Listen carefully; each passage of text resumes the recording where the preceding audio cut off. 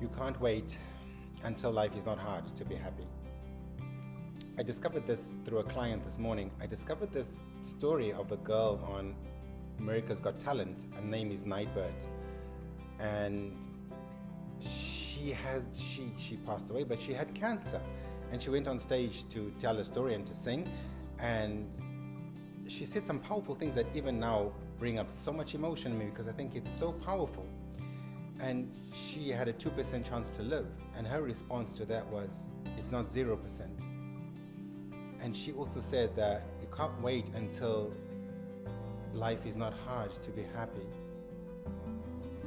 And I found that so powerful because it's something I'm trying and working on so much in myself and in my work with my clients, is to see the suffering, to see the pain and love it, not to dismiss it, not to cover it with positiveness and pretend it shouldn't be what it is.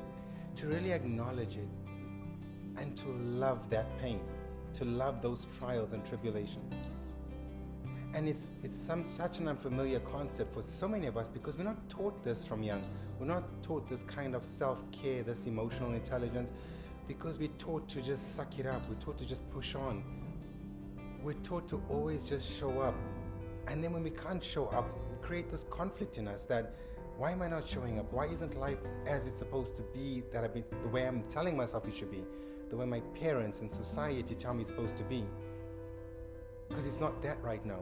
And the more I pretend it's not what it is, the more I create conflict by pushing it into what I think it should be. Because suffering is inevitable. Pain is inevitable. Hurt, rejection, disappointment, it's all inevitable. It's part of life. But there's so much beauty in that, because the minute, and how to see that beauty, and this is from really, really current personal experience, is to feel all that fear and feel all that pain, but at the same time being gentle with yourself, not using the old methods of coping, of beating yourself, of questioning the why, and if it was different, and if only I hadn't done this. Removing all those self-defeating perceptions and just saying, I'm here now, and this is my life right now. What can this suffering bring me, and what can it teach me, and how can I love it?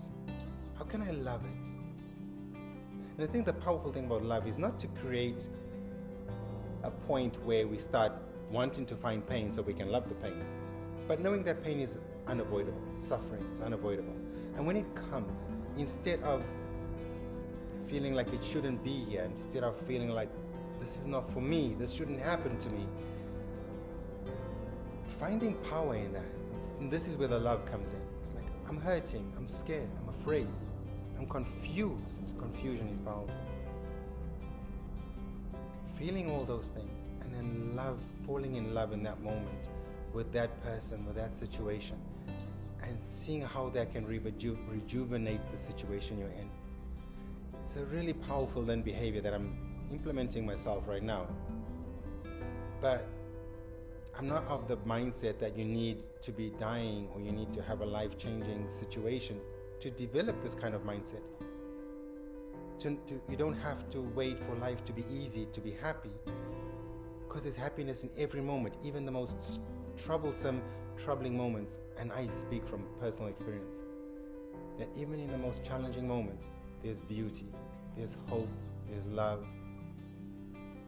And if we just, once we learn to practice feeling the pain, feeling the fear, being patient and bringing love in, and not beating ourselves up for what isn't, but accepting what is and finding how we can love that moment and seeing then what options and possibilities come. You'll have so much more at your disposal, energetically, emotionally, mentally.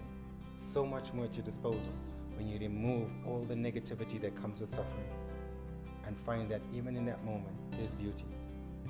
I'll post the video of the girl from America's Got Talent for those who haven't seen it.